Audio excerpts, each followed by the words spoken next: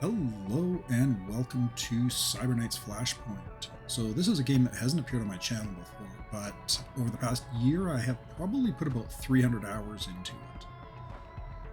And it has rapidly become one of my absolute favorite games of all time. Like getting to the point that it's approaching Armageddon Empires and Dominions and Conquest of Elysium and those sorts of things. It is a tactical RPG, very much inspired by XCOM. You can see you've got the ant farm base going on here. But one of the things that I love about it is it does an incredibly good job of balancing stealth and combat in what I feel is probably the most satisfying way I've ever seen a tactical RPG do that. So that said, though, something else I've noticed is it's a complicated game. There's a lot of moving parts, and like a lot of these sorts of games, the early game is always the hardest. And I see people bouncing off of some of the early missions, especially if they try to do stealth type stuff without a real good understanding of the mechanics. Now, I'm not the best at this game. That, at least as far as YouTubers go, would go to Freak.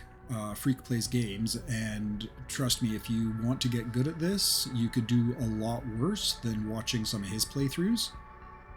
But he's also at a point where he doesn't really explain what's going on anymore, or why he's doing what he's doing. And the game's been out for a year now. There have been some updates and things like that. And I think it would be helpful to kind of tutorialize this. I feel like I'm generally fairly good at tutorializing, and I'm not going to be able to do a full playthrough or anything like that. It's way too long for that. But I can certainly go through a mission and show some of the principles that really help with being successful, especially in the early game. So you can actually play it and feel good playing it and have a good time and want to play more, and then it gets its claws in you and you are officially hooked. So this is just after the tutorial.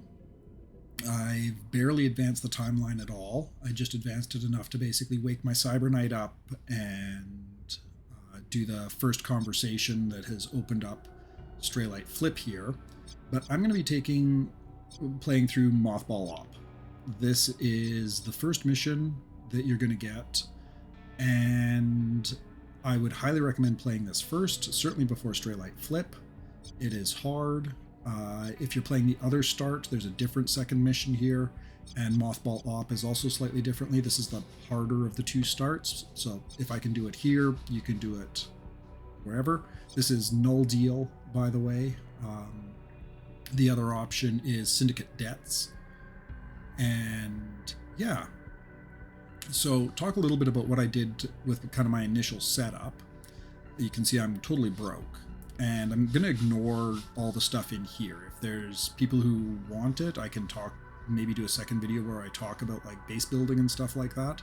But for today, at least, I'm going to focus on the tactical combat, because otherwise this video would be very long. But yeah, so there's a couple of things that I've done specifically to get ready for the combat part of it, mostly in how I'm going to set up my team. So I'm going to go in here to the command headquarters and pick Mothball OP. This is a scav raid, so basically we are going in to steal their stuff. We're also up against Ultratech, which is a megacorp faction. So they've got like professional security and stuff like that. They're a bit nastier than some of the gangs or syndicates that you might otherwise fight. But if we go into mission planning here, I've already set everything up, but I'll go over what I did just to try and help you get a handle on how you might want to set your team up. So my starting lineup, I took a Cyberknight and I multi-classed into a hacker. Wouldn't actually recommend doing that for a first playthrough. Take a pure Cyberknight. I'm doing this because I've played through the game already and I wanted a bit more of a challenge. or at least a different play style. There's positives and negatives to taking the hacker, but it definitely makes playing a Cyber Knight or playing the Cyber Knight more complicated. But if you just take a pure Cyber Knight, cool. I also have Molly, the War Machine. She's basically a cybernetic choppy chop. It hits things, has Wolverine claws and a laser eye and stuff like that. So she's pretty neat. I've got Zasha, the Cyber Sword. And the hint is kind of in the name. Cyber Sword hits things with a sword, or in Zasha's case, a big old bonking stick. Just anything, any kind of melee weapon. Gave Zasha the bonking stick because it has an ability that lets you stun enemies, and Zasha can just do that better. So Molly has a slant blade, which is just a sword, and then everybody else has pistols and stuff like that. The key thing here is I gave my assault rifle here to Zasha because Zasha's quite strong, and guns generate recoil, assault rifles generate quite a bit of recoil, and Zasha can just handle that a little bit better. Molly's also pretty strong. She's got a submachine gun as her backup weapon if she needs to sort of reach out and touch someone that she can't get to with her claws.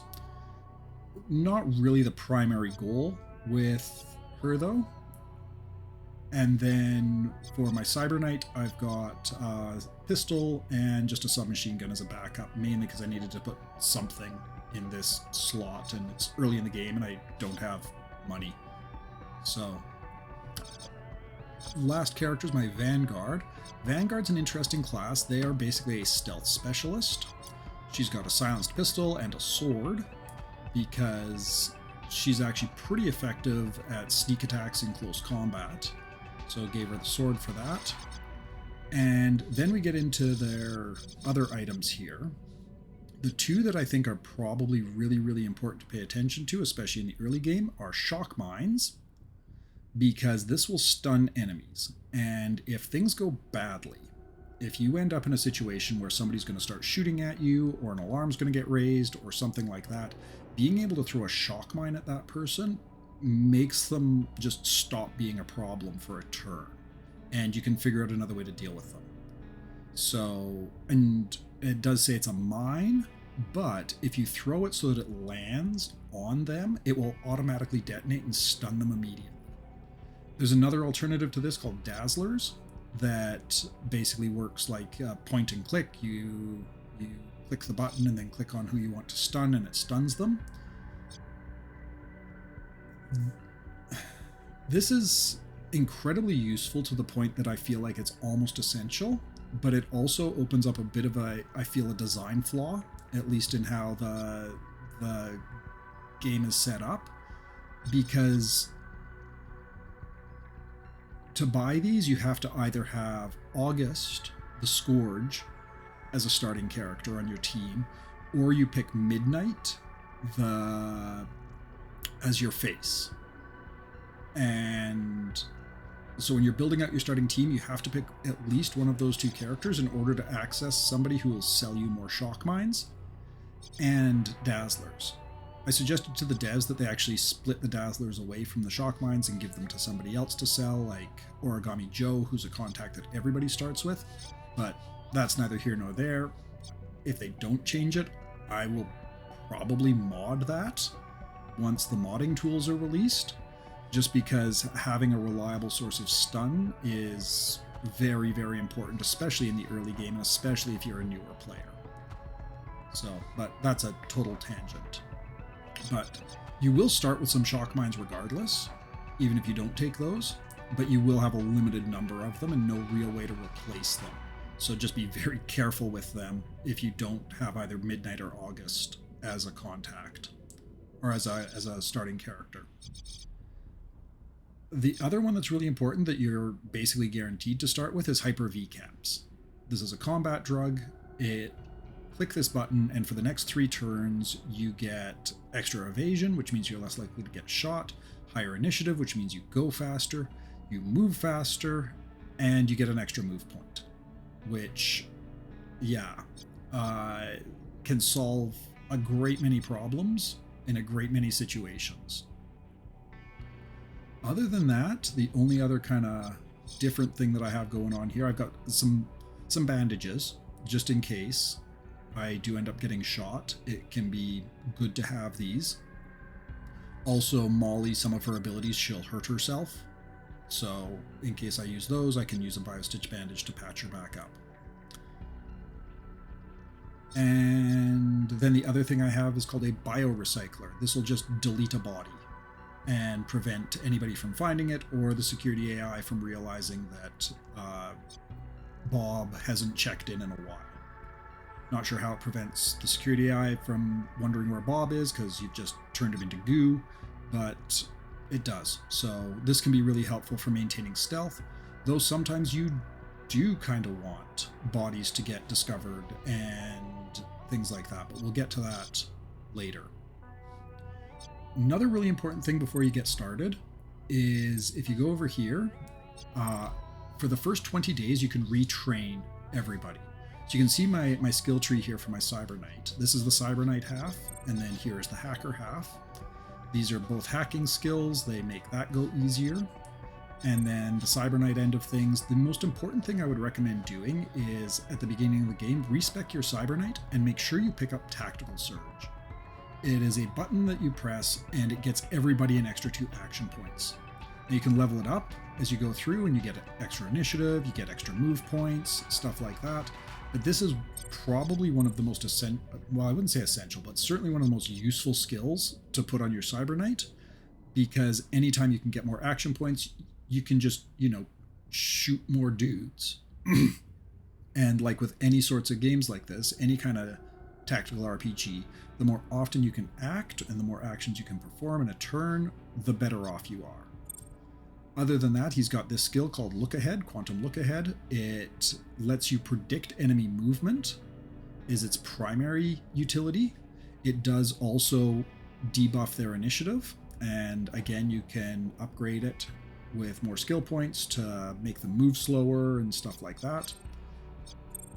But the real utility in this is predicting the movement of any enemies who are either unaware or suspicious, so you can dodge around them a lot more easily. Pre-computed advantage I had to pick up in order to go up to Tactical Surge, but this is also really helpful for pulling somebody's butt out of the fire. It gives them an immediate +8 initiative boost, and it also gives them that boost when they roll initiative for the next turn. So initiative in this game is extremely important, and managing initiative is very important, and it's really what makes the Cyber Knight one of the most important classes in the game, if not the most important class, because they're basically a time wizard. They can debuff enemies' initiative, they can buff up your guys very effectively, you can even switch it so that you can sync all your enemies, all of your allies up to your initiative. So it's a very, very powerful class. And I'm not going to go into a huge amount of depth on any of these, but there's lots of different build ideas and stuff like that you can track down should you feel so inspired.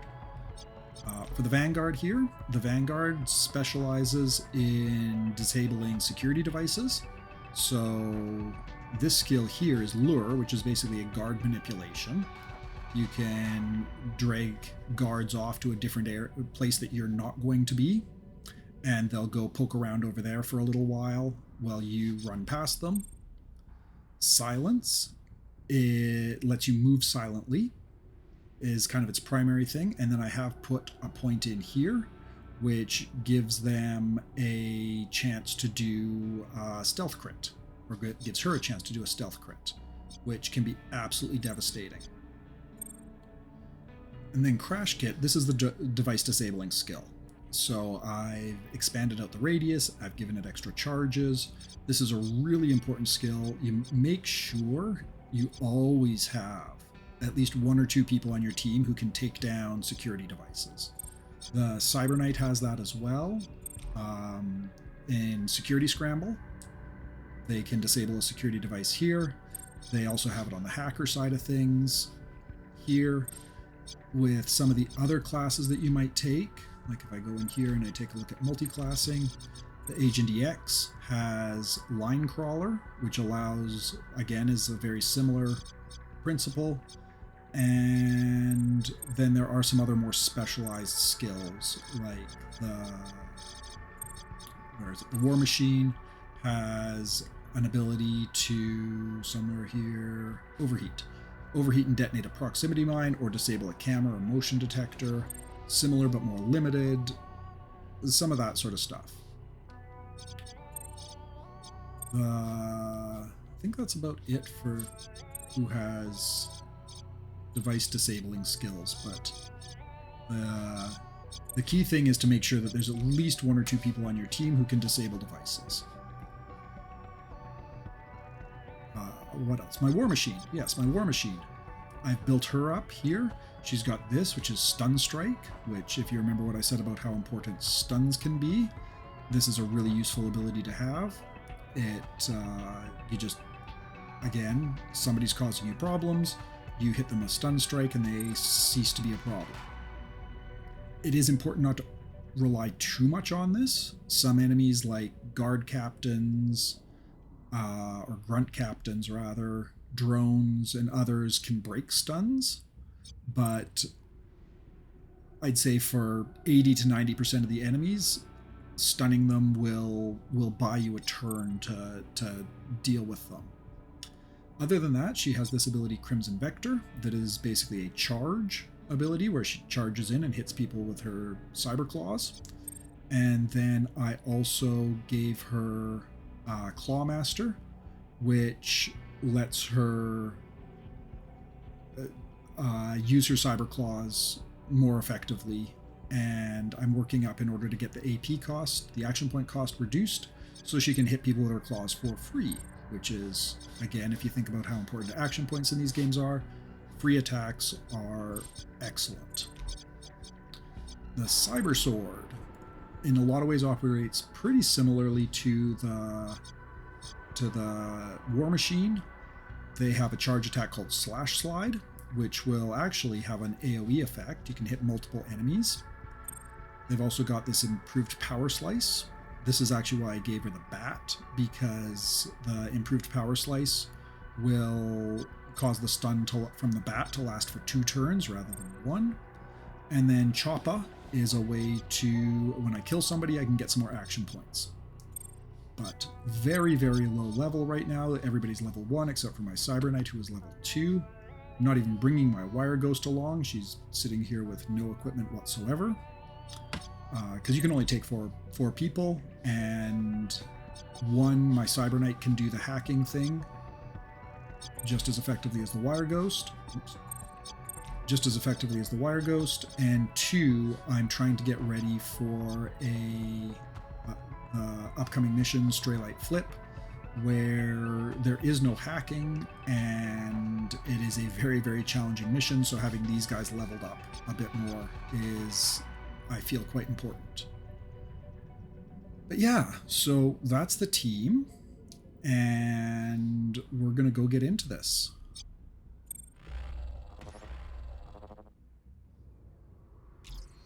Okay, remember team, we're here on our own ticket. Let's get comfortable with Saber's new abilities and make a bit of money while we're at it. So this is Sol. She's my face. She is based on Midnight. I just changed the nickname and changed the outfit. Tried to keep the military look going because her background is supposed to be she's an ex-military negotiator, so recently came out with a new outfit that I felt suited that quite well. Anyhow, here on our own ticket, let's get comfortable with Saber's new abilities and make a bit of money while we're at it. There should be plenty of blueprints, files, and equipment here. These megacorps aren't too smart. Ultratech has loot boxes all over. Here's Molly piping in. We'll hit everything before it gets too hot. Then we make a quick retreat into the shadows. So keep a close eye on our exit. We've got more than one option, and if things heat up quickly, we may need to make a break for it. Scout ahead, plot a route, and keep your options open. When running a heist, we're a small, fast strike force. We must use stealth, speed, and firepower to our advantage. We also need to know when to leave and make a break for the extraction points. If the sec tally goes high enough, the sec AI will take a defensive action and an escalation. One such action is to call reinforcements, which can be done multiple times. Okay, so here we are on the map. Let's start by talking about the UI. So we'll start in the upper left corner here. This is our initiative order. This is really important. You got everybody's initiative scores here. Saber's at 20, Molly's at 19, Emil's at 18, Zasha's at 18. And then we can see Tao here, who is at 12. He's our first guard. So we've got the T-Rex Tau. Ultratech Megacorp Birdmen or Extreme Response Team are known for their drop-and gun tactics, always arriving in hardened hovercrafts ready to fight.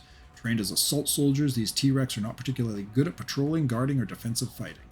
So you can see he's armed with an assault rifle, so he's kind of spooky and dangerous, but he is the only guard we see so far. Now, I believe we can see up to, is it 40 meters? He's 38 meters away. I think our vision range is 40 meters. And so as we advance through here, we'll start seeing more guards kind of populating this area of the map that is just too far away for us to see. Down here, we have, well, some basic tools. Reset the camera, so if we are rotating the camera around or something like that, we can reset it back to its default angle. We've got leverage, which we don't have any right now. Sometimes you'll be able to set up missions to delay reinforcements or turn off cameras or boost yourself with extra action points, things like that. And that's where you'd find that. Here's extractions, or here's how to extract a character if we're on one of these extraction points. There's one here and one down here. We can extract the characters to finish the mission. Yield. Now these three here are kind of your primary way for playing with the timeline. This first one is called yield action. What this does is if you've got an ally coming up next. So in this case, because Molly is acting after Saber, I can yield my action to her.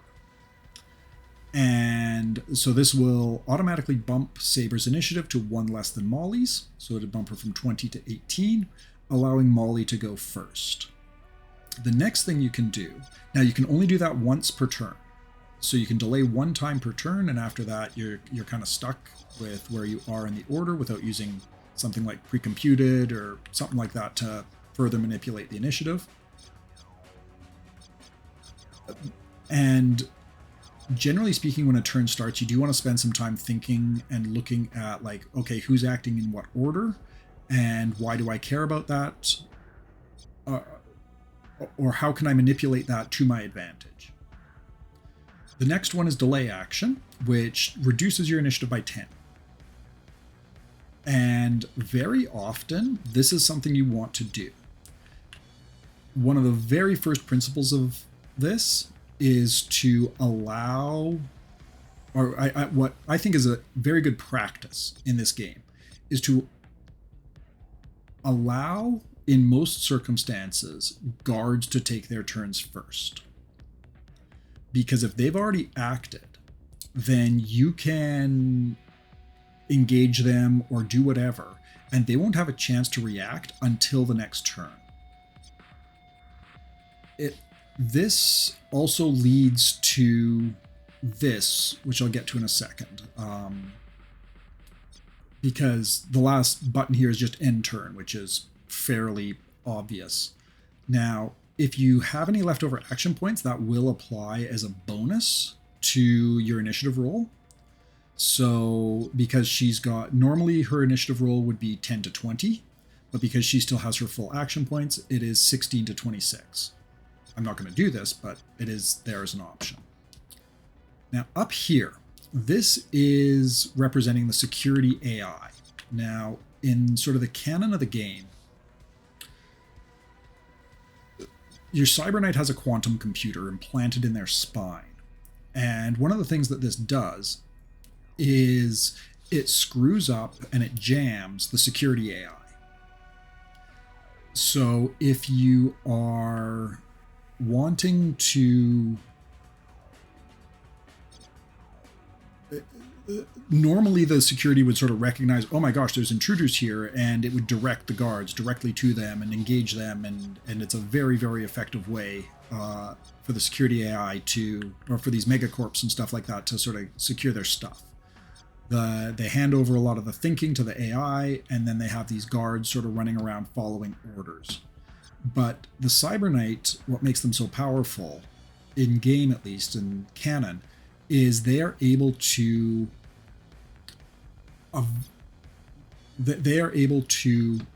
jam the AI. So as you go through, figuring out how to stay off the security AI's radar is really important. Now, if you're playing on normal difficulty, this wouldn't actually be increasing at all.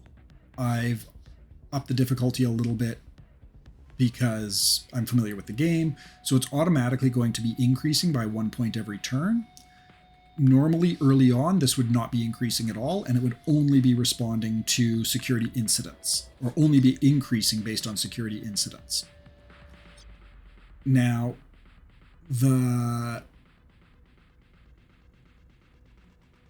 as you go through turns, so you start to increase these bits of tally, and they always begin as yellow, which basically means it's on its way to the security AI, but the security AI hasn't received it yet. So as you cause a ruckus, you'll get these yellow tally marks pop up, and I'll point it out when we first do it, that you can then, if you're able to prevent that from being reported to the AI at the end of the turn, it will add into that and it'll become permanent, basically. But we'll get to that in a moment. It does, however, tie into why I suggest letting Tao here go first, which is actually what I'm going to do. I'm going to delay her action, delay Molly's action, delay Emil's action, delay Zasha's action. And we'll see Tao just patrols. He just goes off and starts looking around. He must be talking to somebody here. So he's said something that means there's very likely somebody else here. It's 44 meters away, so there's probably somebody standing right there just out of my vision range. So now, though, he's burned all of his action points. He won't act again until turn 2, and you can actually see what the initiative order is going to look like for the next turn before you advance. But what this means is if I go and I start shooting at him or I start causing a ruckus, I have this full turn to finish him off before he's able to report anything to the AI. Never mind return fire or anything like that.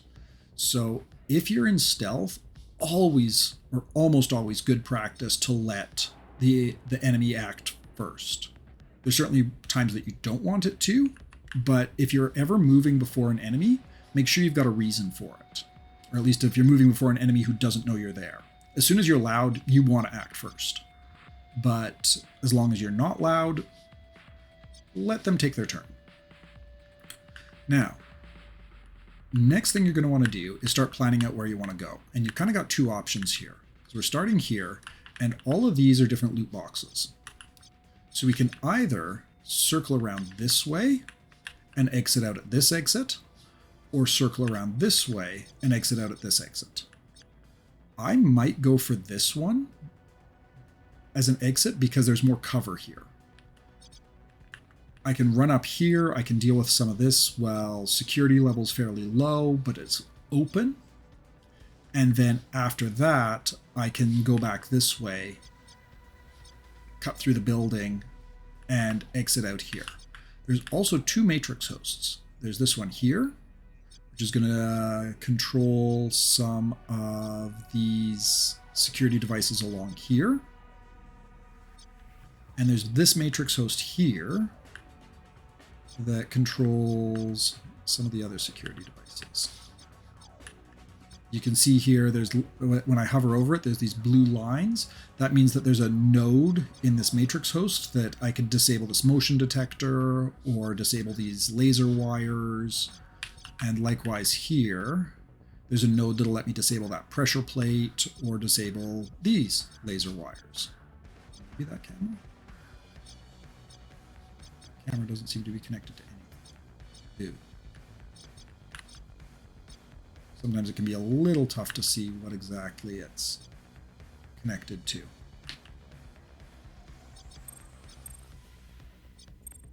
Oh no, it is that camera.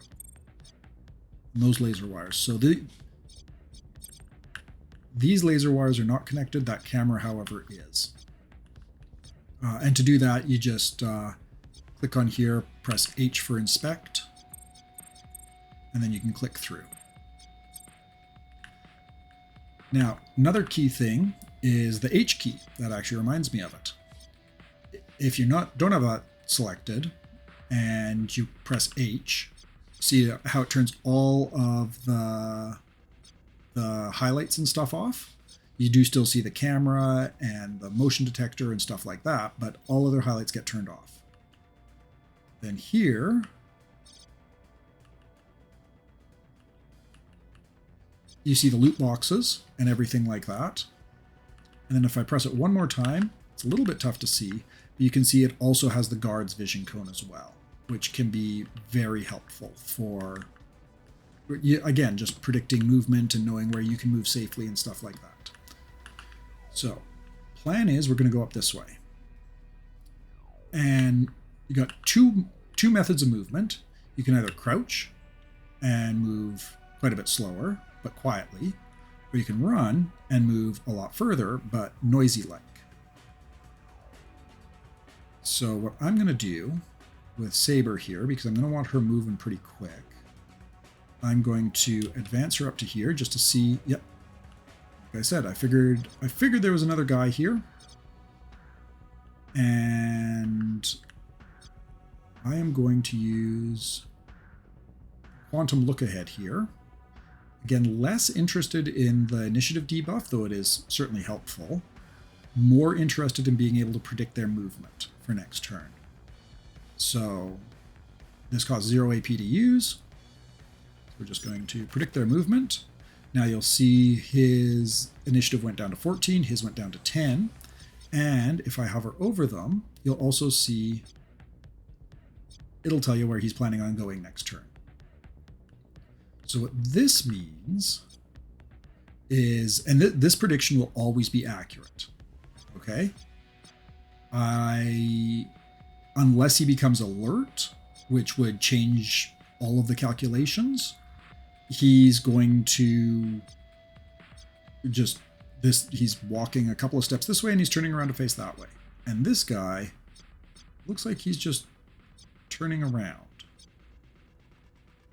So that actually is really nice because that's going to potentially set Zasha up for a really good slash slide. So I'm going to advance. And I'm going to advance Saber just up to here. And I'm safe doing that even though she's not in cover or anything like that. Because I know with certainty that he's just going to turn around and walk this way. So we'll just go up to here, take a look, see if we find anybody else. We do not. And at this point, I'm just going to enter action. Okay, so we min-rolled on our initiative, which means Tao is going first, but I don't really care about that. Now Molly, I am going to advance about as far as I can here, but I do want to keep her behind cover because this way, if for some reason his vision cone clips her, she'll duck behind cover. She's going to advance, put her just a little bit behind.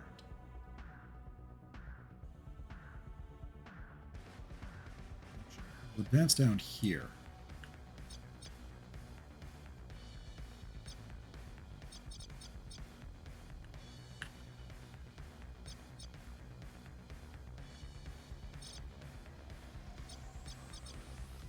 We'll advance down there. Oh, we did find some more people here. There's Kua sitting in here, hanging out. And again, we've just got all these guys as T-Rexes. They're a fairly basic grunt guard person. But we'll end that turn. Now I'm going to have Emil be the one here go and snag this loot box. Now, if you stayed with me where I've talked about how important action points are, it can also be, I think, really valuable to try and make sure you maximize how efficient you are with them. And there is actually a fairly generous snap distance with the loot boxes. So I'm going to try and move her to here and see if I can snap to the loot box to pick it up and save an action point. So if I go any further, it costs me 2 action points instead. Something I do wish the devs would do is they have like snap to cover, right? You can toggle that by pressing the shift key, and as you move, it'll automatically sort of stick to available cover. I wish that when you did, or you can free move it as well and just sort of, there's no snap that way.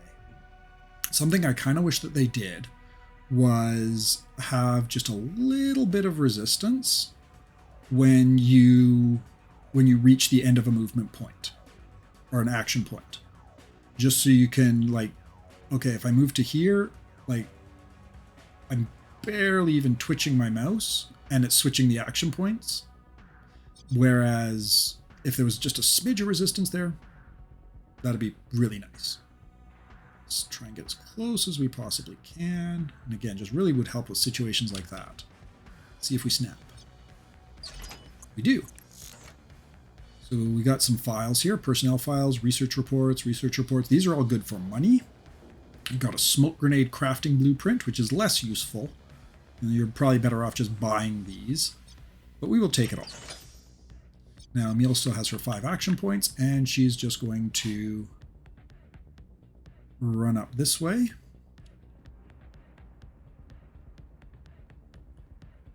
And hopefully next turn, she'll be able to go first so that I can maybe use Lure. Now, Zasha is the one that I'm going to hopefully have doing most of the damage here with Slash Slide. So we're going to run Zasha forward. Molly rolled well on initiative. And we'll just end Zasha's turn.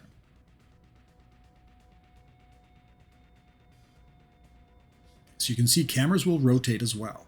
So this camera moved. But other than that, no real excitement going on here. Now, because I know Tox is moving that way, but Zasha's going after Tau. I'm thinking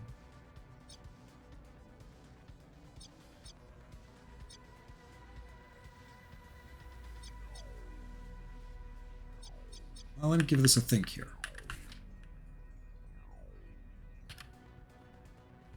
Okay, so I think I've got an idea here of how we're going to go about this. Because one of the things that I see, or I have seen a lot of YouTubers and stuff like that kind of get into trouble with, especially when they're playing this for the first time, is they'll see the targets here and just be like, okay, we got to move in and take these guys out. So they do that right away. They move Molly up and they'd start shooting with their SMG or something like that. But the problem there is, if you don't kill Taux with Molly, like if I start shooting and Molly is unsuccessful in finishing Taux off, he's going to shoot back. Tau is also probably going to get like alerted by this because, you know, his buddy just got gunned down beside him, and so he's going to act, which means that Emil and Saber would have to be able to take Tau down before he acts and opens fire, because their guns are loud. They're security guards. Why would they have silenced guns, right? So Taux here is going to start blasting with his assault rifle, and everybody is going to hear, or at least a significant number of people are going to hear. So this is why delaying down is really important. If I delay here, he's going to walk over, says, hey, wake up. Claw is going to do his patrol. Now it's Emil's turn. Emil, I'm going to delay as well. And Saber, Debating if I want to use Tactical Surge now or not. I don't think so, because if Zasha's unsuccessful, I'm sure that the rest of the team will be able to clean up without too much problem. So now Tao's going to take his action, which is, oh, he's turning around to walk this way. Oh, he saw something. So he sees an intruder. He's now alerted. He saw, I'm not sure who he saw. Saw somebody. Okay. But now it's Zasha's turn. And Zasha's going to put an end to this nonsense. That did lie to me, though. Interesting. I'm actually going to press F10 here. So this is... something else to understand about this is the devs are incredibly, incredibly responsive. If I press F10, there's a good chance they'll actually tag me on Discord when they fix this. Because my username here is the same as my Discord handle. And I'm active on their Discord, so they kind of at least recognize my name, I guess. But they are very, very responsive. And all you got to do is press F10. And this is going to be a bug. You can pick bug, feedback, translations, feature request, game balance, etc. I'm going to say, not pre-computed. What is it?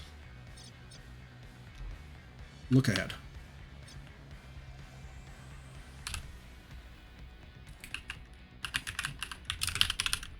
Ed failed to predict movement. Tau was supposed to rotate in place. Instead, he walked back towards Molly. Submit. Give it a second or two until it'll pop up and say feedback submitted. There it goes. Feedback submitted.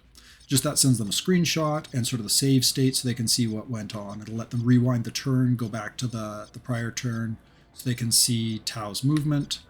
And you'll notice that now that he's alerted, there is no longer any predictions.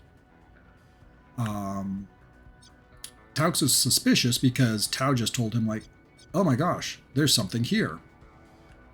You'll also notice that because Tau spotted me, we've got 2 additional security Tau.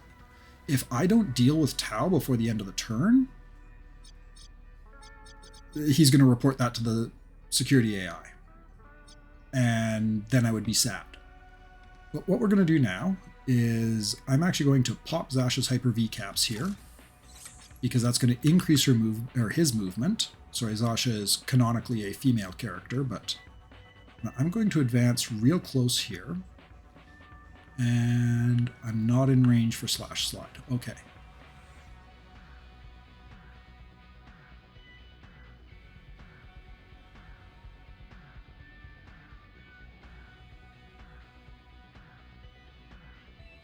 So we'll actually go to here.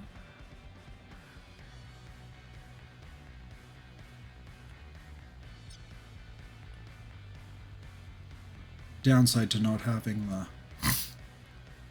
the improved, not having skills unlocked is why these early missions tend to be difficult. So what I'm doing here, I've got options basically. You'll see I've got, as I get closer, as soon as Zasha moves, she's going to get seat, or he's going to get seat. Sorry, Zasha's canonically female. I changed the model to this because my plan is to rename him the Hootsman after the guitarist from Glory Hammer. But, okay.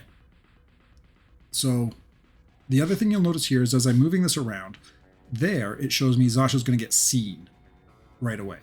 As soon as he rounds this corner, Tau's going to see him and be all like, oh my gosh, there's somebody there. Ah, angry. As here, this shows that Taux is going to hear him. He's close enough that Taux will hear. Or I guess, no, that's also showing Tau will hear. But as I get closer, you'll see Taux also gets a little hearing icon thing above him that says Taux is going to hear Zasha running up to Tau as well. You'll also notice if you look down at my weapons here, I've got the bat. This top thing here shows the number of people I can hit with it. So from this spot, I can't hit anybody. Of course, that makes sense because, you know, it's a bat. I can't. He's still going to be 11 meters away. However, the assault rifle definitely can. But under here, you'll also see how many people will hear the assault rifle. And enemies that hear something will also become suspicious and report the fact that they just heard gunfire to the security AI. So what I might actually do here is I'm going to yield with Zasha. I know I'd originally planned on... And that's because Crimson Vector on Molly actually has longer range. So from here I should be able to attack Tau silently. Oh, I just saw somebody else over here. We've got Lado over here who's also completely unaware that anything is going on. And then we are going to use Crimson Vector here to jump over and hit Tau. But you'll notice, because melee is always silent, right? So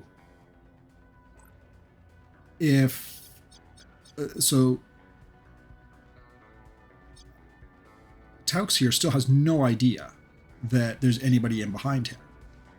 It might also actually be a little bit of a bug where he's only suspicious. He should actually be alert.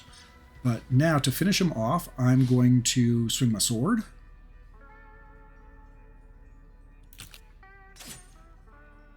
And finish him off. Now, at this point, I could actually shoot him with my gun. Which might not be the worst idea in the world.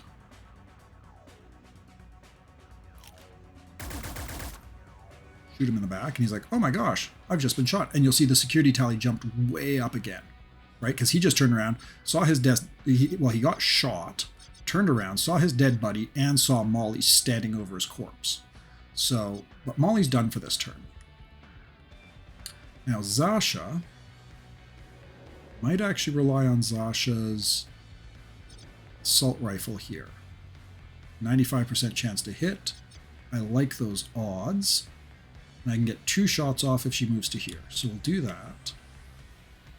And again, you can see there's only one person who's going to hear, because this is why I invested in that suppressor for it. I think I mentioned buying a suppressor for the shotgun, or for the assault rifle. If I didn't, buy a suppressor for the assault rifle as a priority, because otherwise it's very loud. But yeah, we're going to shoot Taux here. Unlikely to kill him, unless we absolutely max roll on damage. We could switch to full auto, but this will let me get 2 shots off. And I've got a 92% chance to hit, so should be pretty effective. Now, all of that security tally just disappeared. Nobody has a clue. Nobody has a clue that we're here. And both of these guards are stuck off in a corner here somewhere. And nobody heard. Nobody's the wiser. Everything is good. It is an average day at the office for these guys for about the next 15-20 minutes. Emil. We are going to run Emil up. We're just going to run Emil right to here. Because next turn, she is... Actually, we're going to run Emil... I'm going to run Emil to here. And use Crash Kit. 1 charge of Crash Kit this turn. So I can take out that camera. And that just starts the cooldown on it. Right? So it'll have a turn to... It'll come back 1 turn sooner. And Saber, I'm going to just run over this way to probably grab that loot box, because Saber... Ooh, wow, this is a busy room. This is why I did not want to use Tactical Surge, because This is a room that's going to want to be tactical surged. Get those extra action points and try and take these guys down in a single turn. And 3 targets can be challenging. Just got a text. Give me a second. Okay, sorry. Back. Now, one other thing I wanted to mention too before going much further and hitting the end turn button is these guys that I've killed, they have a body timer. Basically what this means is after 3 turns for this guy and 4 turns for this guy, the security AI is going to basically realize, hey, wait a minute, Bob hasn't checked in, or Tox or whatever his name was hasn't checked in. I wonder what's happened to him. I should send somebody to go and investigate. And it'll pick a guard from somewhere on the map, maybe one of these guys, maybe one of the guys we haven't seen yet down here, but it'll pick one of those guys and it will send them off to go and try and, check on Bob. It's going to raise them to suspicious. It'll add a little bit of tally. And this is sort of an inevitable thing that's just going to happen. You're never going to have, unless you are leaving a huge number of living guards behind you, there's always going to be a trail of bodies in your wake that is going to, over time, start to pile up the security tally. But it's also kind of an advantage because I'm going to be out of this area by the end of next turn. And so that means that if they haul somebody off from down here, he's going to come running up this way and find these bodies. But by then, that's when I'm going to want to be down here anyhow. And it saves me having to kill this guy. So quite often, if you play it well, you can end up in a situation where you've got like 4 or 5 guards poking around a mess that you made back on like turn 2 or turn 3. And absolutely no one will be the wiser as while you're off here finishing the mission.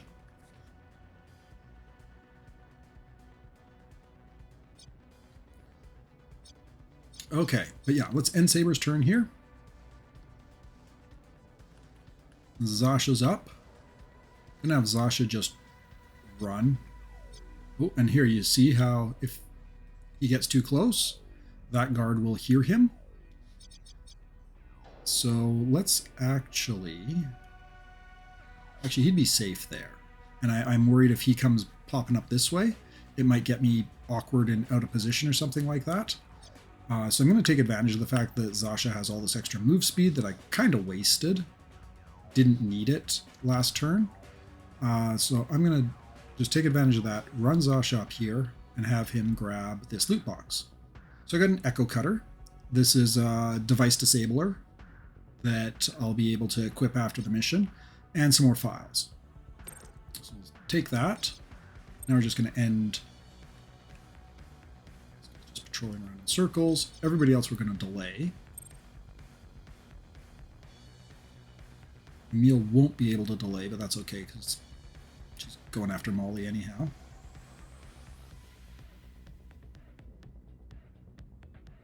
Oh, he's wandering out this way. Wonder where he's off to.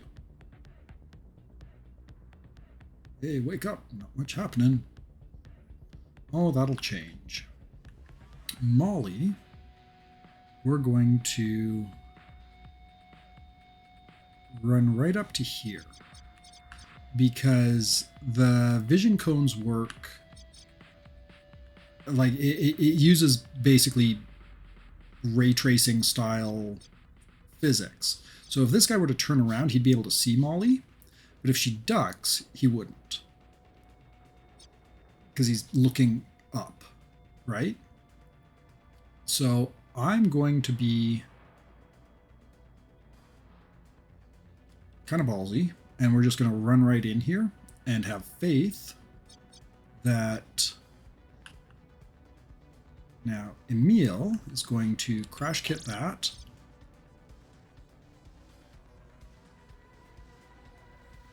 And then I'm also going to give her Hyper-V caps.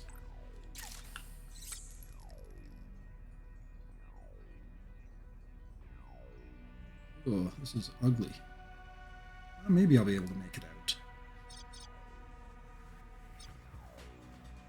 Realistically, as long as I can make it to like there. Because this is only disabled for the rest of the turn. So run up. Cross our fingers. And if she gets spotted, it's not really the end of the world. Ooh, a street dragon. That's a good gun. Okay, good. I can make it right out of the pressure plate. And that'll be outside the camera. Excellent. That's what I mostly cared about, is that because the camera's going to wake up at the end of this turn, and I would rather not see Emil. Now, Saber, we are also going to advance up to here. Now you'll notice as I get closer, maybe they won't see her. If I go here, he would see her, right? Because she's standing up, she's on top of this little thing.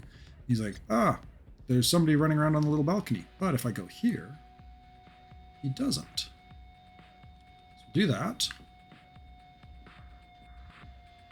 And we will just end her turn. Now, I'm glad it did that. So you'll notice that something, how when this camera rotated, Saber automatically ducked. Your guys will do that if the ducking would prevent them from being seen. So basically she's crouched behind this wall now, the camera can't see her, and all is right with the world.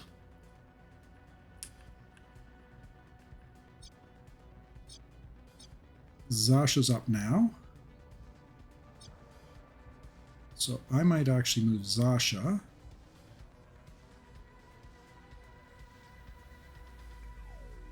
to as close as he can get. Move Zasha to here.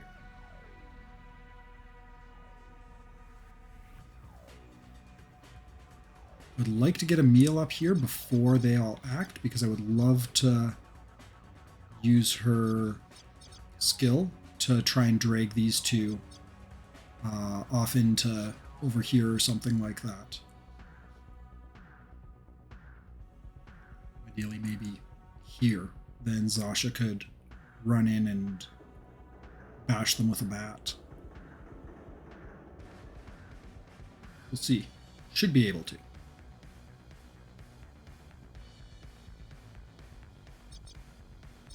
Delay that. Delay Molly. Claw's off doing something. Saber is also going to delay. Now Emil, we're going to run up here. Going to run up a little further.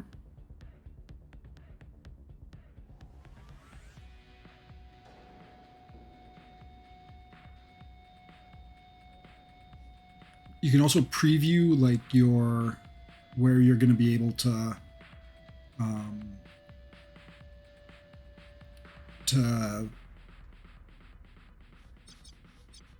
you can preview the range here. So there's that yellow ring there that shows the range that that Emil's going to have. And what I'm trying to do here is I'm trying to lure them out so that they're less likely, their bodies are less likely to get seen by the camera. Can't guarantee the bodies won't get seen by the camera, but, you know, worth a try. So we are going to use her lure ability here. And can I get them both? Not easily.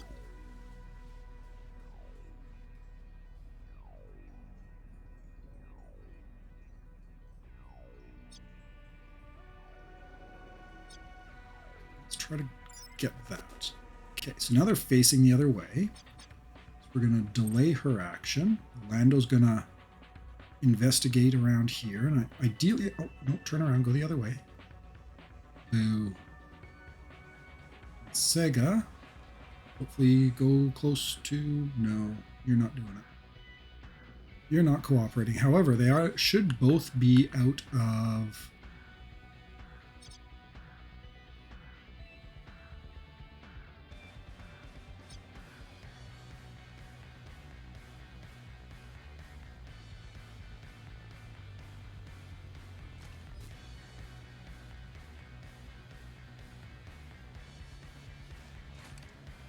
What we might actually do, I'm going to use Zasha to to do the cool slash slide thing. I think instead what we're going to do is we're going to have Zasha run up, and I can't get both of them in a full auto cone. Boo. I wonder. Oh, and she only has the 3.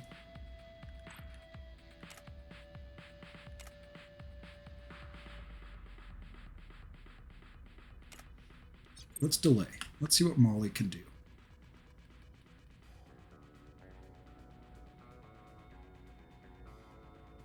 Don't have Crimson Vector, but I can run up.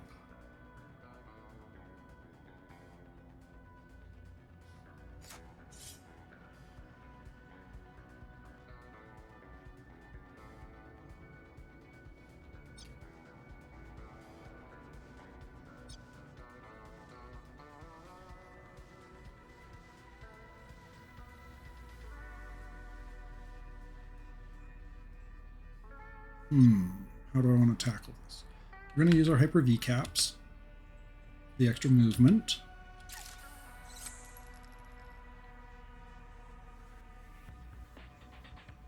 Actually, you know what?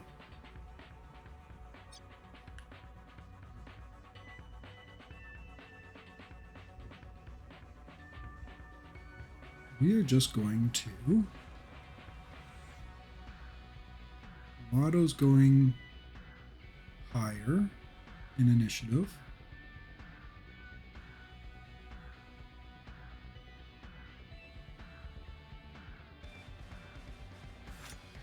Could do it this way, actually. Because Saga's in a good spot right now. So's Lotto, I think. Lotto shouldn't get seen by that. So's Ulto. I think all these guys are kind of out of range of the camera. So maybe I take him out with gunfire.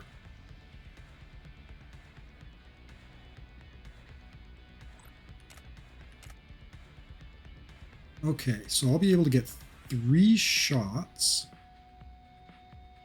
See how this first one goes.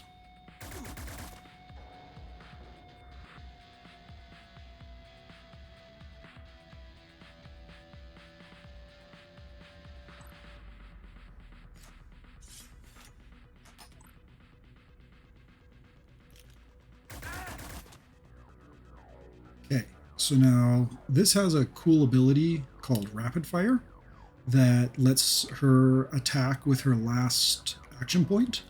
So there we go. We'll do that. He's down. And again, he's suspicious because of the Vanguard, but now Zasha.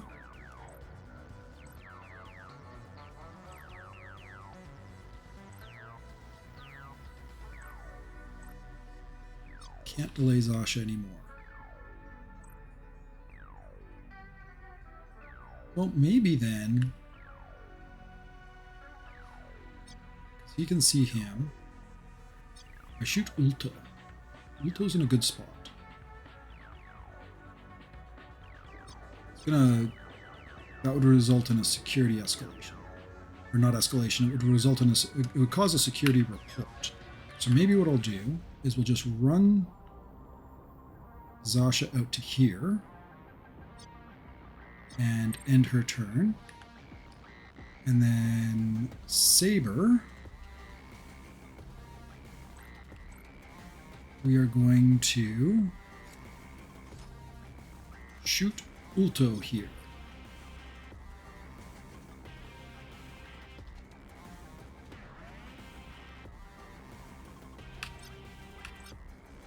%, chance.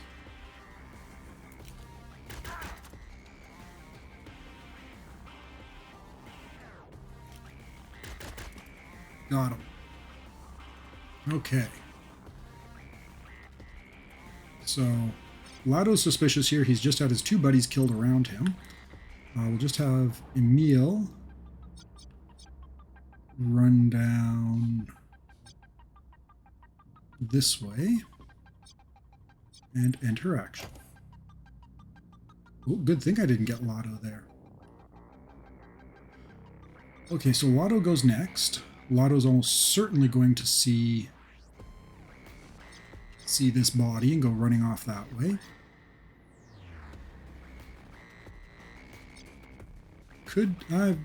Yeah, look ahead will be back next turn, so I'll use look ahead, see what his plan is. So yeah, he's going this way. He's going to see that body, get very upset about it, and then Zasha's going to jump out from behind the lockers and bop him on the head. So we'll just delay.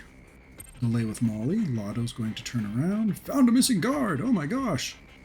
Bob!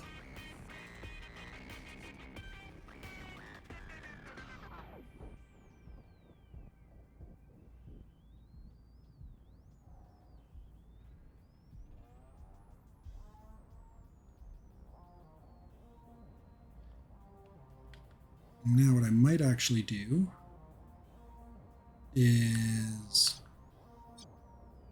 yeah, because I'll be able to disable this laser wire, skirt around this, and hopefully have another charge of crash kit before I get to that one. So I can disable the laser wire from the matrix host and this camera from the matrix host. And disable this camera from the matrix host as well, but that is less relevant. So what I'm going to try and do... actually, let's see if I can get him to ragdoll away.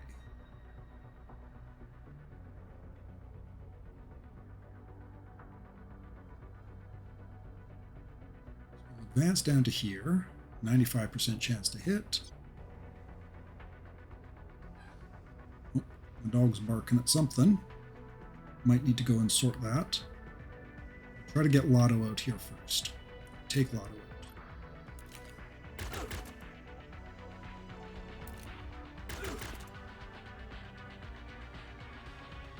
Now actually what I'm going to do, just to be a little bit more efficient, you reload for 1 AP, and just like with the submachine guns, you can shoot with your last action point. So I'm going to reload, and then shoot again. And the camera did not see him, so that's good. And the camera should not see him, because it's maximum distance, right? Like this point is the same distance as this point from the camera itself. So that should be good. Now Zasha, not a whole heck of a lot for you to do at the moment.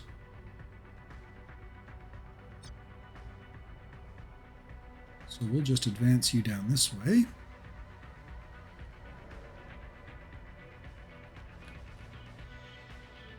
And set you up here.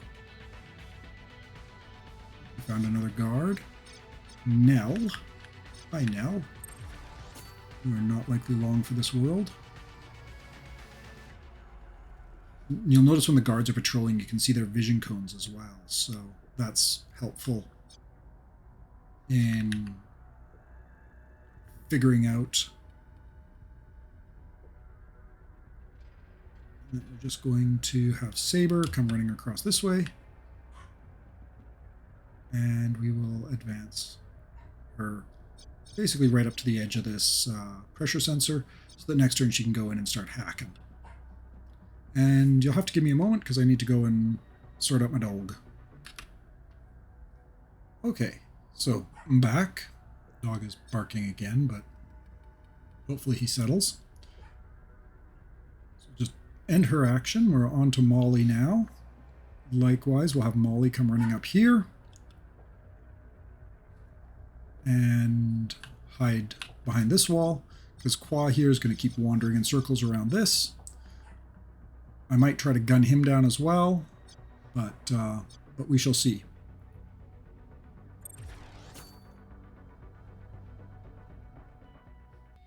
Okay. A couple things I want to try and do this turn. First, I'm going to want to deal with this host. Second, I'm going to want to deal with this body, because I'm not 100% confident that this camera won't see it, and I would rather not start pulling guards into here if I can avoid it. I don't know if I'm going to be able to get the matrix host down soon enough to, like the camera on the matrix host down soon enough to have that not be a problem. So let's start tackling this. The other thing I wanted to point out as well is you'll notice how it said body timer expired, +2 security tally. So it added an extra 2 points onto here. And if we look over here, Kua is now suspicious. So he basically just got radioed by the security AI that, hey, I haven't heard from Tox or whoever it was over here in a while. Can you go check it out and make sure that everything's okay? That's an inevitability. That'll just kind of be a thing that happens in the game as you play through it. And realistically, like I said, it's oftentimes good because Kua was in my way, right? Like I was going to have to deal with him somehow. But now instead, he's running off this way to go and deal with this mess back here. And so he's not going to be able to respond to me when I'm going through here, right? So that's good. It does increase the tally. It will start to increase the security level, but oftentimes leaving bodies lying around isn't necessarily the worst thing in the world. Anyhow, Saber needs to make her way to the matrix host here, but I don't want to go running over this pressure plate if I can avoid it, because that would be another security incident with bring somebody in here to start poking around. So we'll delay Saber for now. With Zasha, I'm actually going to move Zasha right into this corner here. I'm going to move Zasha to right there.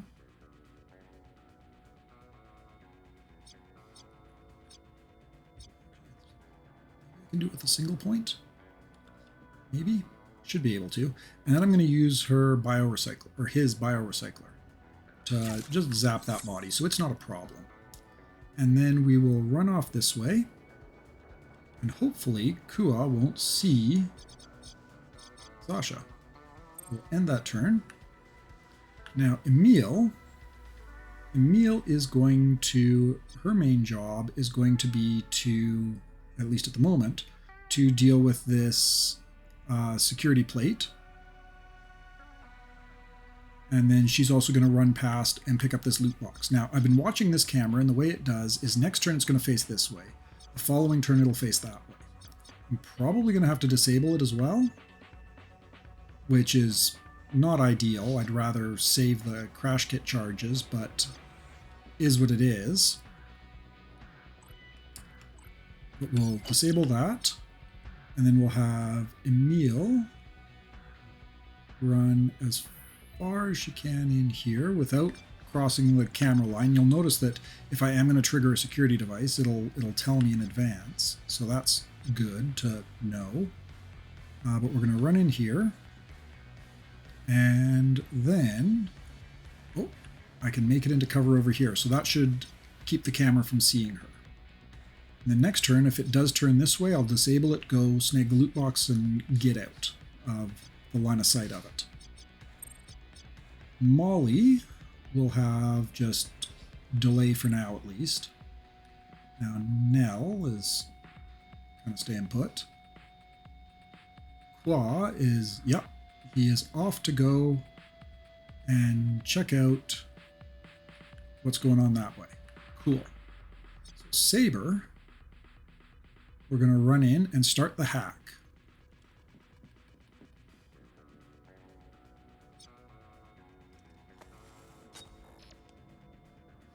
Okay, so this is a matrix host.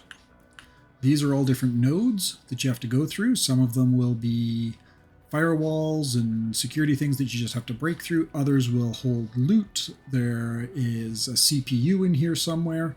And there's also going to be something that will control the cameras and stuff like that. Now, to go over some of the Matrix UI, over here you've got your stats. Hackers' hit points. Your hackers can get killed in the Matrix. You've got deck armor. This protects both your brain and your deck. And then you've also got temporary deck shield that will help prevent damage to your cyber deck as well. So hit points, then down here you've got your cyber deck health. cyberducks can be damaged, and they are very expensive and quite time consuming to fix, so try to avoid that. And then you've got your connection health. Connection health doesn't matter so much for a hacker, especially in the early game. It can become a bit more important later on, but early on, connection health doesn't matter so much. It's a big deal for the wire ghost, which is the other class, and probably one of the big reasons why people will say wire ghost is better for a second playthrough. They're a fairly complicated and technical class to get working right, and whereas the hacker just kind of bashes his way through security and does it that way. Over here, you've got information about the security AI for the Matrix host. Just like in the meat world, there's also a security level here where anytime you do anything, the computer starts to notice, like, hey, you're up to some sort of nonsense. Let's see if we can track that down. And it'll escalate just like on Meat Space and all that sort of stuff as well. Here you've got the host security rating. So it's rated green, and there's no specific security AI on this. Normally you'll have something. BOA is pretty chill. It gets uglier as you go up in power level though. Down here you've got your Matrix AP. This is what you can do. The way that this works is for every point or every action point you have in the meats world, you have 10 Matrix AP. And then because of some of the abilities and stuff like that that Saber has, she is able to, she gets some bonus XP. So she has 20 from her action points, and then she has another 25 from her abilities. If she was at full AP, she'd have 86 AP instead of 46. So, yeah, that's that. Now, over here, next up, we've got I/O and active memory. This is both, has to do with the size and complexity of the programs that you're installing. I/O, this refreshes every turn. It limits how many programs you can load in a single turn, whereas active memory, what it does is it limits how many programs you can have installed in total. These are your programs, and each of them do different things. You've got scan, which kind of does what it says on the tin. Sleaze, which will disable passive ice. Deception, which will disable active ice. Traps, which will disable a trap. And then attack, which will directly attack and try to kill programs. You don't generally want to do this. It causes security level to spike quite significantly if you go around killing a lot of ice. But there are some circumstances where it's definitely useful, especially because you can attack any program, whereas disarm only works on traps, sleaze only works on passive. You can't, like, if you've got sleaze loaded and there's a trap, you're out of luck. But if you do have attack, you can at least attack that trap and hopefully kill it. Over here are two of her hacker abilities. We've got Overclock, which boosts Matrix action points, gives you more IO speed, and it does also damage your connection, but in total this lasts for 2 turns, so it's going to do 12 points of damage to my connection, which is not a problem. And then Hard Shield gives additional deck health. So we're going to use both of those, and then we're going to load at least these 2 programs first. And now that we have scan loaded, we can scan this node, and it will tell us what's in the next one. You'll see it's now scanned 2 out of 2. You always begin with the terminal node scanned at 1, which will, I mean, there's never any ice in it unless you've done something weird, usually with the wire ghost beforehand. But yeah, typically there won't be any ice in a terminal node, so you're safe to load your programs and all that sort of stuff without much worry. Now, when you scan a node to level 1, so this, when you scan, it will scan the neighboring nodes to level 1, and when something is scanned to level 1, it will identify any passive ice and any active ice. So here we can see there's just one brick wall representing this passive ice here. It will not reveal traps though, so that's something to be aware of. More of an issue later on, but especially early game with firewalls and stuff like that, this is a fairly basic security checkpoint. You can usually count on them not having a trap. So we connect into here, and now we can see exactly what this ice is. So this is a tar pit. It's going to prevent us connecting to another node until it's disabled or destroyed. So we're going to sleaze past that. Now we can scan again. Now this is scanned to 2 out of 2, so if there were any traps here, it would reveal them, because traps will have specific conditions that they'll trigger under, and as long as you don't meet that condition, then you can comfortably disable it without worrying. But in this case, there are no traps, and now we can see that there is a passive ice here and a passive ice here. And again, we've just got these access nodes to check our credentials, basically. So we'll connect here. We've got a glue boy. This adds 4 matrix AP cost to all actions. So you can see normally sleaze costs 3 AP, now it costs 7. So we'll hit it with sleaze, scan again. Now we see we've got 2 different icons, well, and a different thing. This is a sub-processing unit, and we can see it has active ice as well as passive. Now, really important when you're going through this, make sure you always preload programs. Like if there were 2 passive ice here, it would actually probably make more sense to either unload this and reload it, or alternatively go off and do something else, like go down and disable this passive ice, rather than go in and then try to use the one sleaze, have to reload it, stuff like that. But in this case, because we've got a single active ice, we can just load up Deception and connect. And then here you can see we've got personnel files. So we could download this, but it's also really important to look at the ice first. So here we've got Scrambler ice. So it will unload a CyberDeck program when we take an action, and any button click is an action. So if I were to try to sleaze past this first, it would pick one of these programs at random and unload it, which is suboptimal. So doing things in order is really important. You can also see here how it says +10 security tally if destroyed. If I kill this ice, then it would add 10 to my security level here, which is, again, something you generally want to avoid in most cases, but don't need to worry about that. We'll just use Deception. And I don't even really necessarily need to worry about loading a program. I can scan again, and here I can see, okay, up here I've got a brick wall. So I could try and connect into this. It would cost me 2 of my 9 remaining action points. I might still be able to do something useful here because I have a sleaze program loaded. So we'll connect to that. And this is a security control unit. So this is going to show the devices that are connected to it. And you can see here we've got the pressure sensor and we've got a couple cameras. So there's this camera here and that camera there, both of which I'm going to want to disable, I think. The nice thing about disabling through the matrix is it disables them for longer. Unfortunately, I don't think I'm going to have enough action points to actually disable it, but I can still sleaze past this. Oh, and I triggered a trap.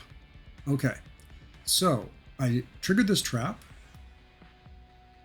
If I use a CyberDeck program, this trap deals 10 damage to the CyberDeck. Ouch. Now the nice thing is because I had deck armor and I had deck shield, it didn't actually hit my deck. My deck shield went from 26 to 20, and my deck armor absorbed 6 of it, or 4 of it rather. But if I were to hit it again, I'd do another action. It would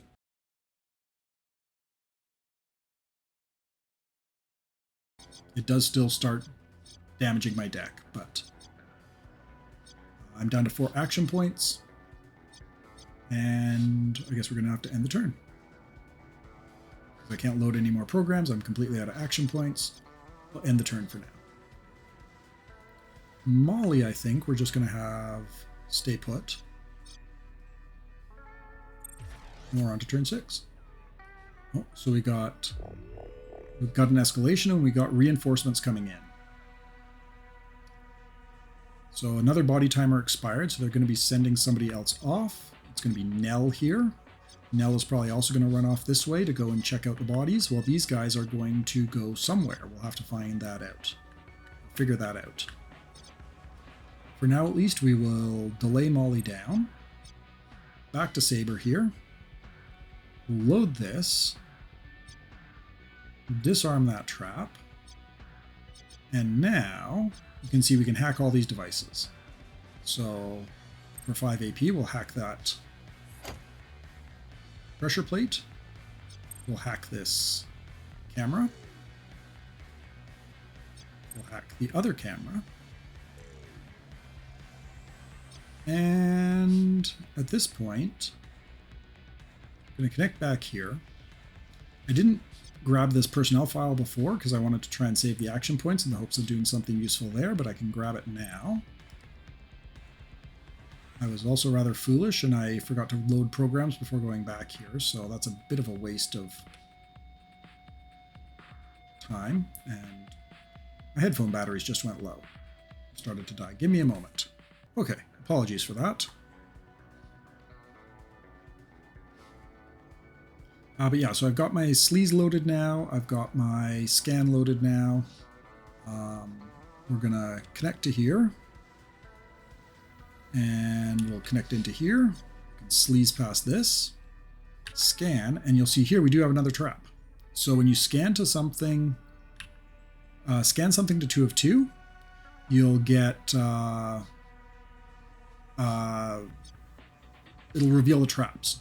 So this will immediately trigger if I exit the node. It'll steal 10 matrix AP. So we'll disarm that because it's 4 AP. And I'm debating if I want... Yes, I think I do still want...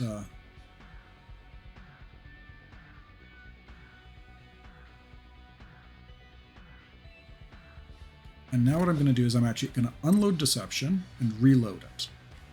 Pop into here. Pop into here. So Deception. Deception. Camera's this. I don't really care about that camera, but I do care about that laser mesh. And I think that's all I care about doing there. So let's go see if we can find some loot. Not this turn.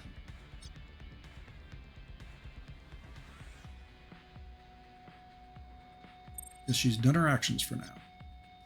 Zasha will wait. Emil is going to jam kit this.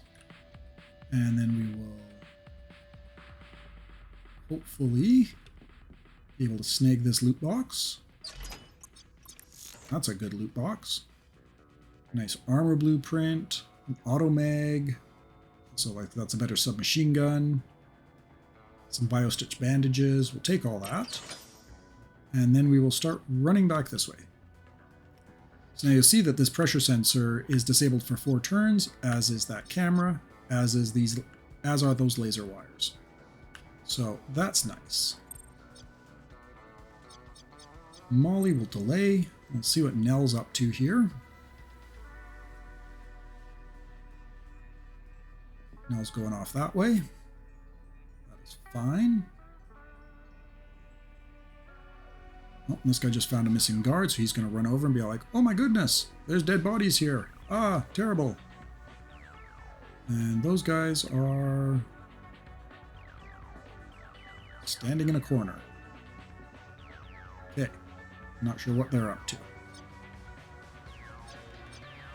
This also means that Zasha can start moving to go and get this loot box and start pushing forwards as far as we can without... Now this motion detector will detect running, but not sneaking. So I'm just going to go around it since I want to get this loot box anyhow. And then we'll run off this way. And Molly will do something similar. Molly might actually make it all the way to the loot box. That would be nice. Snag that. Take it all. And then we'll have her go hide over there. Okay, so these guys just got orders. Because the body was found, so they're getting called over. Things are starting to get a little spicy. He's still hunting for the body.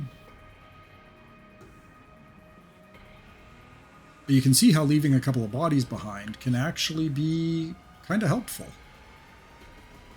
Because these guys are now all off running off this way to go and see what's up with the bodies over there. And these guys are going to spend the rest of the... Oh, and you're going to patrol off this way. Okay, that's fine.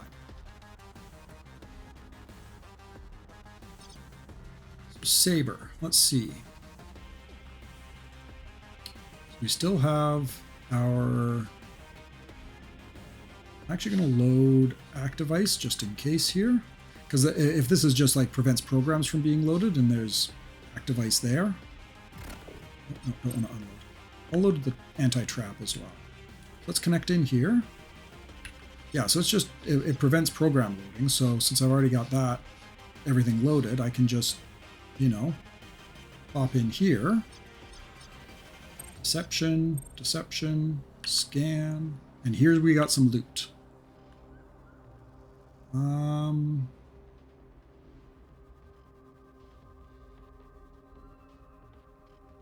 I want to load scan, going to want to load deception again. Go up, take this. So this is a cold storage for files. We'll deceive, because that does damage. Sleaze past that so we can get the downloads. I forgot to scan.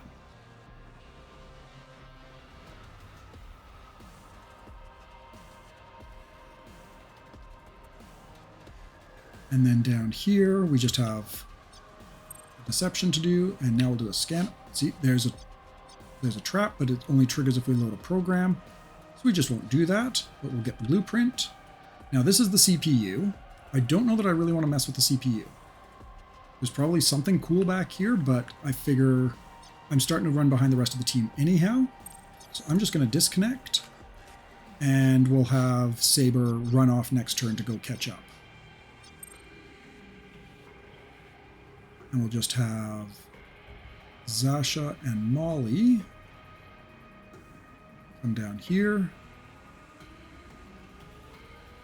And then stack up here. Emil, we're going to run.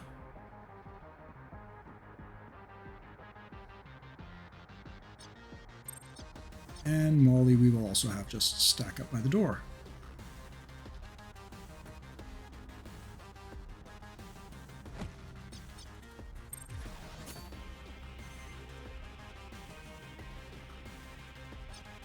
Okay, so we got an escalation. This time body timers are being reduced. We're going to have another body timer expire. That's going to bring somebody over here. Yep, somebody's going to come looking for that body, so I better be away from that.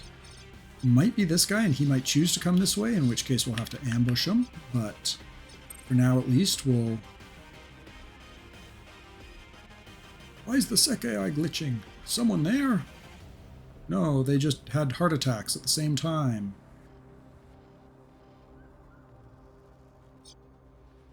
Okay, now Saber, I'm going to use your Hyper-V caps because you got some running to do here. Gotta go fast.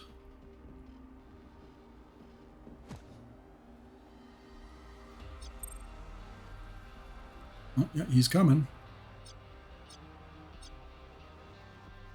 Okay, so Emil.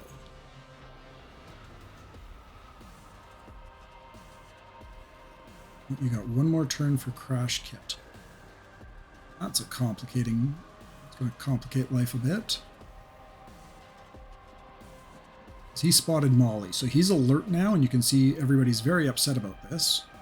Because it's like, oh my gosh, there's a person there.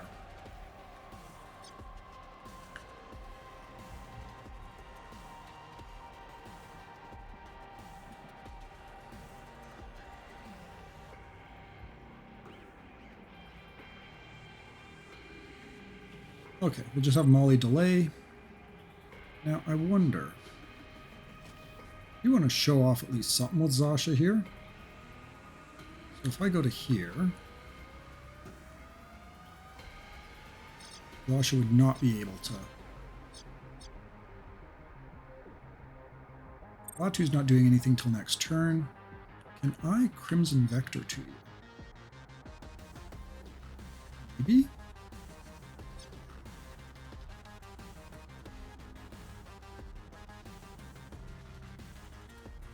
Worth a try.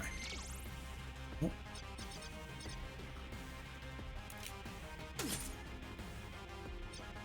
So I did hit the laser wires there, which was not ideal. I also should have reloaded at some point when I was waiting for... Oh, and this guy's a captain. So I'm actually going to... So the captain here, 1 has more hit points, 2 has a chance to break the stun, and 3 is actually wearing armor. He has 1 point of armor, you can see, that'll reduce any incoming damage by 65%. So it's important to keep an eye out for that. You compare him to these guys, they are not wearing armor. They reduce damage by 33%. This actually means that what I want to be doing is I want to be attacking with something like the Slant Blade that does pure damage. Pure damage bypasses armor, and I'm also actually going to use her Power Slice, because this might just straight up kill him if I roll well. Did not kill him.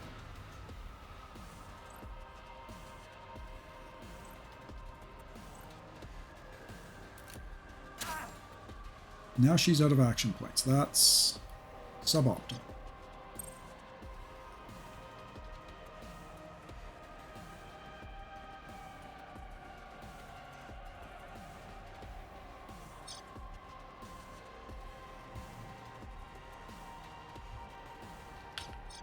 We'll just have a meal. And then what we'll do is from here, I'm going to actually hopefully have Zasha finish this off with her assault rifle, just to save another security incident. 67% chance, let's cross our fingers. No dice there, well, it was a glancing hit. Okay, got him.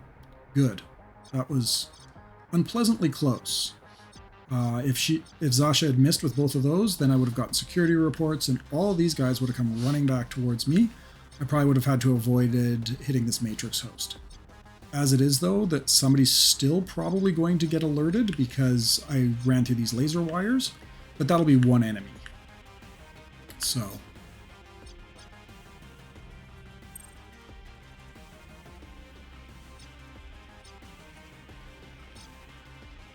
Okay. Now these guys, one of them might get sent off this way, one of these guys might get sent off this way to check out this body, because they just got a report that someone was up to no good.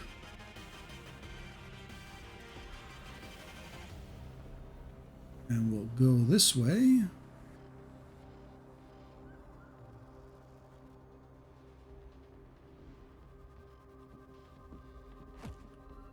And then start running this way.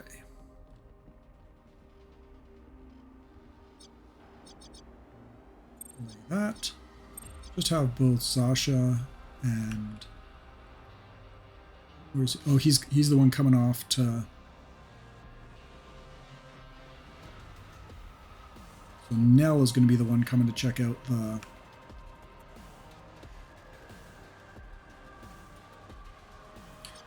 You'll also notice here they've got a sniper here. Basically just a regular guard, but has a sniper rifle instead. So Emil, you're up. Don't kill that camera. We want to kill the laser wires. Good. That would have been a mistake.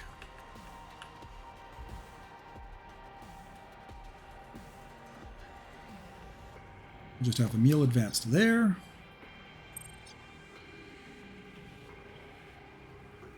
Maybe we'll have Molly go around this way.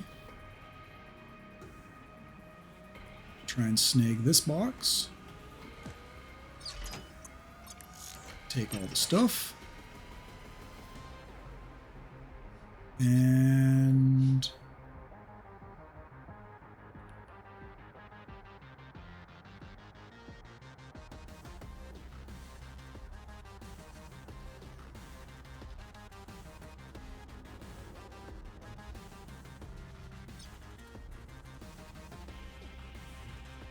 And then because I don't know that I'm going to be able to, I should have disabled this camera as well. But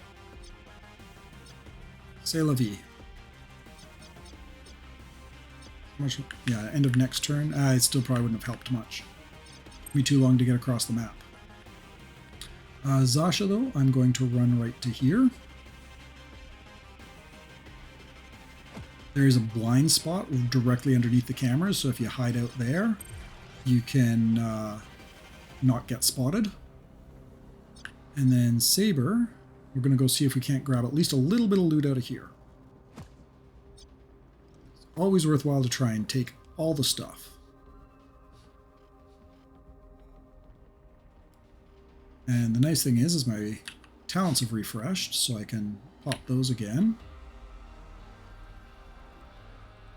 And you've seen this before, but we'll so load it in my programs, put on overclock and hard shell, just turn that into muscle memory. Don't care about that. Do care about this. We'll deal with the security tally. Okay, so we got loot here. So let's load that in. Pop in here. Deception. Scan again to make sure that there's no traps. Sleaze and get our loot. And then we'll just pop back to here. Now, this here is an incinerator. You do not want to end your turn on an incinerator. So because I only have 6 action points left, I'm actually going to use those to pop down here and just sleaze past that. And then I'll finish up by going up to tackle this. Hopefully that's not the CPU. If it is, maybe you'll get to see me kill a CPU. But we'll end your turn for now.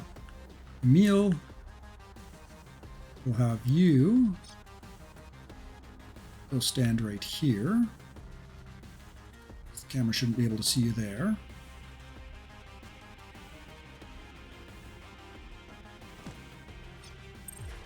And Molly will actually have go stand directly under this camera in case Nell here gets too close.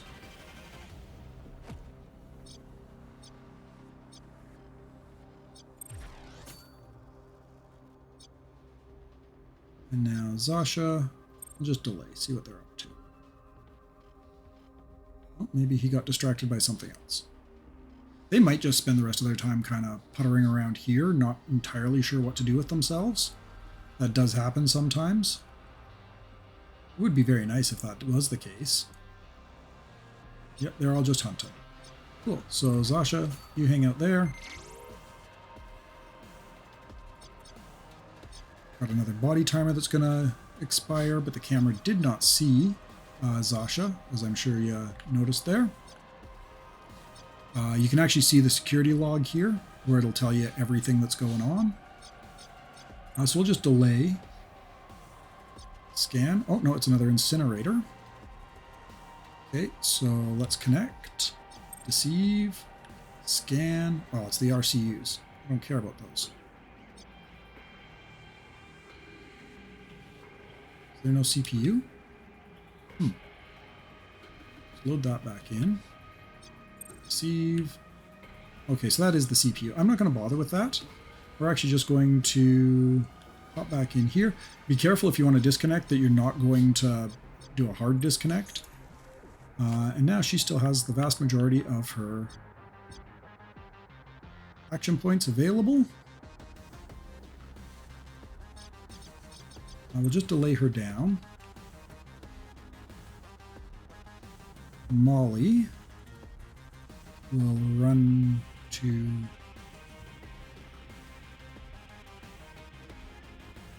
here. And then we'll try to cut this corner close.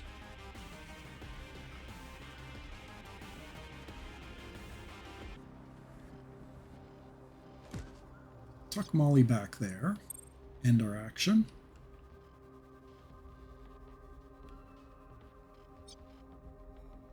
And then Emil, we can actually run right out.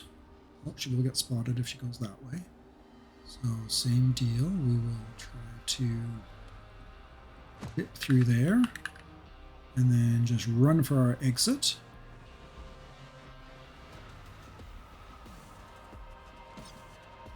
And we'll just end her turn. Same deal with Zasha. Zasha, we don't have to do any fancy stutter moves or anything like that. We can just run. Hua is still hunting about. And Saber is off on a jog as well.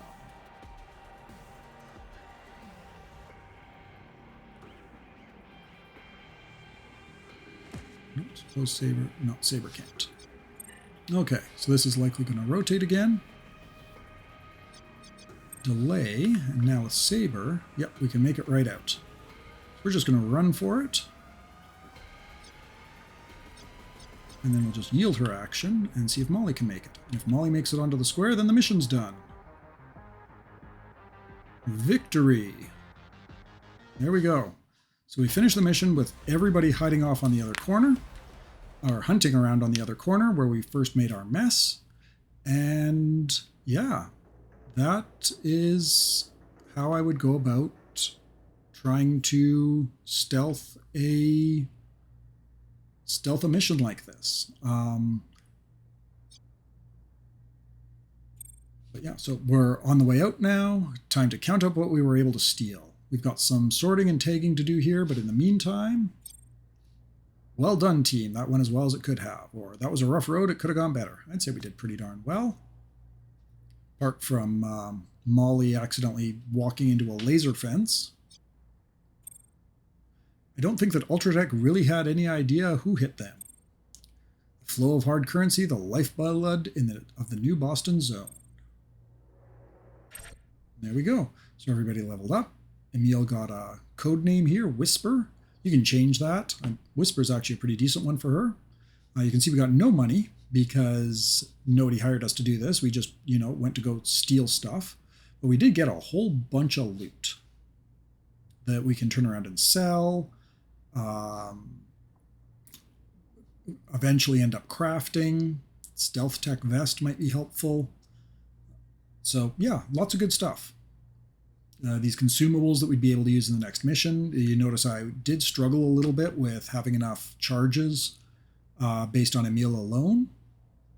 Normally, I would have a hacker or somebody like that with me as well that can help with disabling devices, but my Cyber Knight hacker just doesn't have the spare points kicking around to be able to do that. So, yeah, and then we can go off to the safe house. Anyhow, I hope that was helpful. Like I said, Cyber Knights is a hard game, and there's a lot of moving parts, and it's really, really easy to find yourself getting in over your head and paying attention to sound radiuses and like trying to figure out guard behavior and everything like that really does go a long way towards making everything just be more successful. Mission like this, Stray Light Flip, is one that ends a lot of people's campaigns, honestly, and it's like the second or the third mission. So this is also going to be a challenging one. Circuitry Crate. This is a procedurally generated mission. I used one of my face abilities to create it, this Co-Conspire, and I basically went out to Origami Joe and was like, hey, you wanna us to run a job for you? He'll pay a lot of money if I get this, but this is a tough mission. Well, Origami Joe in general tends to give tough missions. I'd actually gone back and replayed Mothball OP or Mothball OP for the recording here. I'm further along in the campaign, and I ended up having to fight drones and stuff like that. And here Zasha bashed one in the head with a bat. It was great fun. But anyhow, hopefully this was useful. Let me know what you think. I can't promise I'd be able to do any more stuff. Life is just way too busy right now between the 3-year-old, the 6-year-old, the 16-year-old dog, fighting with the cat. It's, yeah, life is busy. But anyhow, until I get around to recording again, cheers.